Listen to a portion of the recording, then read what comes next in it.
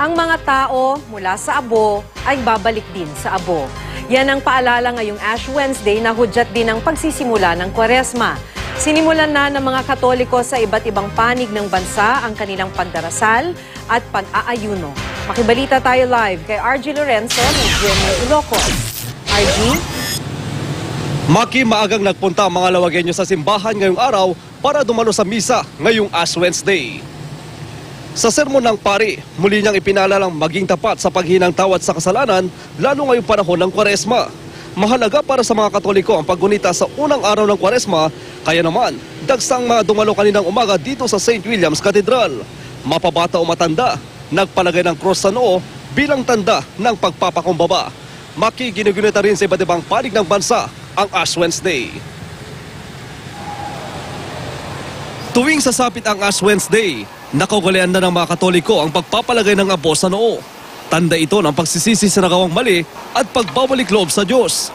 Sa noo nilalagay ang abo na hinuhugis krus na simbolo ng pagiging sagrado.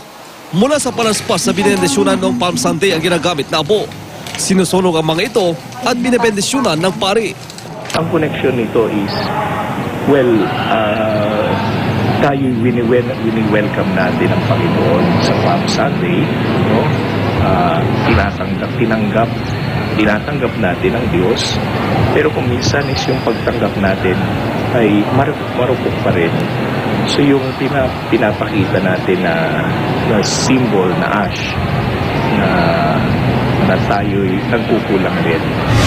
Sa unang Kwaresma, nagtungo sa simbahan ang ilang Katoliko para sa misa. Sa Pangasinan, halos buong araw may misa sa Our Lady of Manaoag Shrine. Every hour may misa, every hour may imposition of ashes up to 12. And in the afternoon also, there will be a mass and imposition of ash in the afternoon. Mensahe ni Archbishop Socrates Villegas, isa puso ang pagdarasal.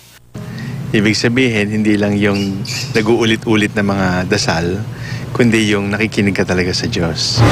Maaga namang nagpunta ang mga deboto sa simbahan sa Baclaran at Quiapo sa Maynila. Nagsarin ang mga deboto sa mga simbahan sa Bulacan. Anila, habang nabubuhay, may pagkakataong pang magsisi sa kasalanan at magbago. Sa Kidapawan City, North Cotabato, hinikayat ng simbahang Katoliko ang mga debotong isabuhay ang tatlong mahalagang gawain tuwing Kwaresma kasama ng pagtulong sa nangangailangan. Sa isang misa naman sa Cagayan de Oro City, ipinaalalang galing at babalik din ang tao sa abo. Bisan og out of nothing, abogra, gihimutan niya nga iyang image and likeness. Maki, dito sa St. William's sa Cathedral ay pwede pang makadalo ng misa ang mga hindi nakapunta kaninang umaga. At yan muna ang latest mula dito sa Ilocos Norte. Archie Lorenzo, Nagbabalita, Pilipinas.